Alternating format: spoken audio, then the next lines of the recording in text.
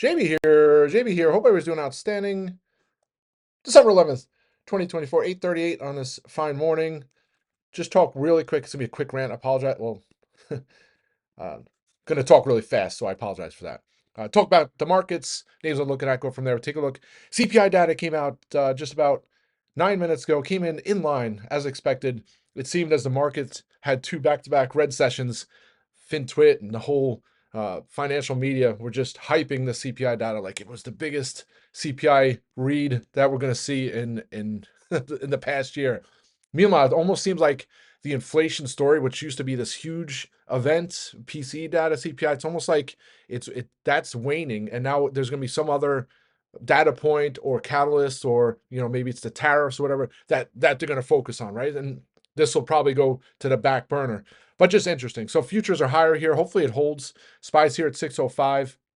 I was talking on rant yesterday, and the last two sessions, just that 600 handle is kind of my line in the sand. If we break that, then I'm 610 is probably out of the cards for a while, and we'll have some kind of a little further pull to the downside. I don't think that's the case. Maybe a 25% probability of that, pending any crazy market shenanigans. And I think we're on track to hit that 610. So we'll see what happens here today. Key day today. I posted also in the watch list. The last three sessions have had similar at market trends, right? So open in the green or close to the green, bounce at the open, and then reversed, and then just melt lower for the rest of the day. And it seems like we've had that the last three sessions, where the previous sessions we had dips, reverses, and into the green. So maybe this bucks the trend and stops that trend, and then we can start to head towards 610 on the SPY. Also, take a look at the VIX yesterday. Flat as a pancake. So it was up 10% or whatever the day before on Monday. And then yesterday, market had weakness and it was flat as a pancake. So I always try to find silver linings in what's going on with the market. The only other issue or list, you could say the catalyst for yesterday, and there wasn't really much catalyst yesterday you could think of, was the yields rising. And of course, the headlines was markets uneasy ahead of CPI data. That was the rationale. So hopefully we can find some footing here. 604 from last Wednesday looks like support. So maybe if we can stay above that here today, and I think we're on pace for 610 test in the coming days. So that's the overall market. Some individual names. I mean, I'm not going to really give too much color on a lot of these names, but Clear Secure, it looks like a ticking time bomb. I think it's only a matter of time before this starts to break out. And then once it breaks 30, then you start looking at gap fills, 34 and beyond. We'll add more strikes on strength today. So if it finds, it looks like it's going to trade over 28 in the morning. If it holds that, because it's tried to do that the last two sessions, if it can hold 28, I'll look for some more strikes to play for a move into the mid 30s in the coming weeks. I haven't talked about Fiverr in the last 2 days, but flat yesterday. Looks like consolidation. I guess you're chalking up considering its move last week. I still like this one for a move over $40.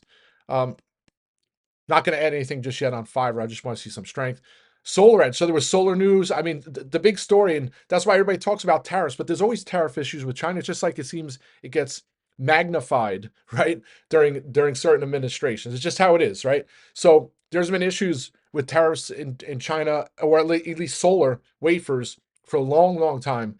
So I guess there's news out this morning or overnight. They're looking to add another 50% tariffs to solar wafers. So I don't know if that has as a big an impact on Solar Edge as it would on First Solar, but I think it will just be net to solar sector. And when that happens in renewable energy sector, they typically all run in tandem. So really like Solar Edge. I'm waiting for 16. If it breaks 16, I might look to add some more calls to play for a move into 20s. Huge short interest. I like the story. I never really dug into the fundamentals, so maybe that's something I got to start doing, probably relatively soon if it starts to move. But to me, I've always been, back when I used to be very bullish Tesla, 2013, 2000, they used to be very, they used to call it a car company. And the argument was, oh, it's a car, it gets traded, it trades at a premium valuation to Toyota, General Motors, whatever. But to me, it was always a tech company, right? It's, and the big part to me, back when I used to like Solar City was one of my favorite names I used to trade back in the day. Huge short interest. But you have to think of a future where you can get off the grid. And now that you have the capabilities with some of these, batteries that are able to power homes, you have renewable energy, you get the solar into those batteries, you're off the grid. And then I always have the backhead of my mind is like, if you're a utility company, you don't want this to happen, right? You don't want the grid to not exist. You don't want off the grid. That's how you make your money. So I always think there's shenanigans with lobbyists and all those other things. Who knows if they pressure stocks on purpose to bankrupt companies so they can't raise capital to scale this out. But Rants for other days. One of the reasons why I always look at some of these names in the solar and Solar Edge and Tesla, all these names. Certainly, I'm again gonna have to look at the fundamentals, but little rant for another day. I don't have too much time here. So that's Solar Edge. Unity. So I talked about it yesterday afternoon. I still love Unity over 30 bucks. I still love Joby, but I want to be in a spot where premiums start eroding, and Unity had that big spike with Roaring Kitty speculation. The premiums have actually held up relatively well, but we had weakness. Another weekday, the premiums will probably erode even quicker. So I took the last of my U calls off. Don't be surprised if I add some more strikes, but I'm going to wait for the premiums to come down. The January strikes still have a over 20% implied move.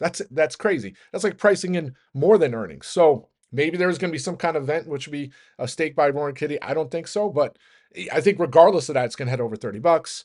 Joby had a shelf offering after the close yesterday, 300 million.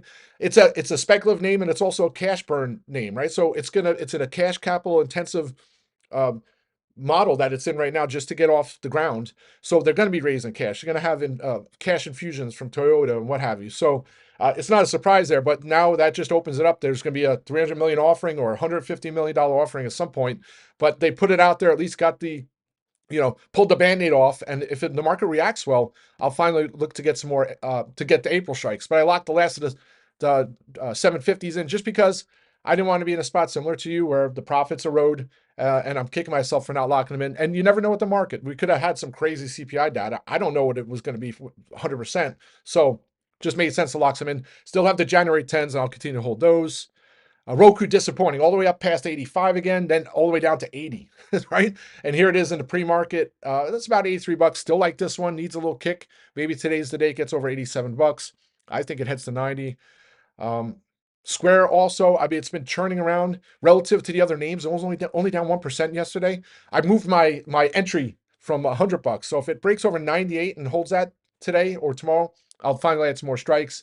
I don't know if I talked about it yesterday, but WW, it's another name that could get some FOMO here, right? It's a $160 million company. It's $800 million market cap. It has 3.7 million active member base, and it's at the forefront. Well, it isn't at the forefront, but I think it will be at some point with this GLP-1 compounded situation that's going on. And Hims and Hers is right now. But you take a look at these companies. And then it's got to add some profits, or at least some possible profits to help pay off some of the debt. So if it starts breaking 180 today, don't be surprised if I add some more strikes. I still have January's. I locked some of those in already for some nice profits, have some freebies, and then I have the January 26 fives, which are coming back to life. That's it, folks. I'll be back on audio later. Let's have a great day. Rock and roll.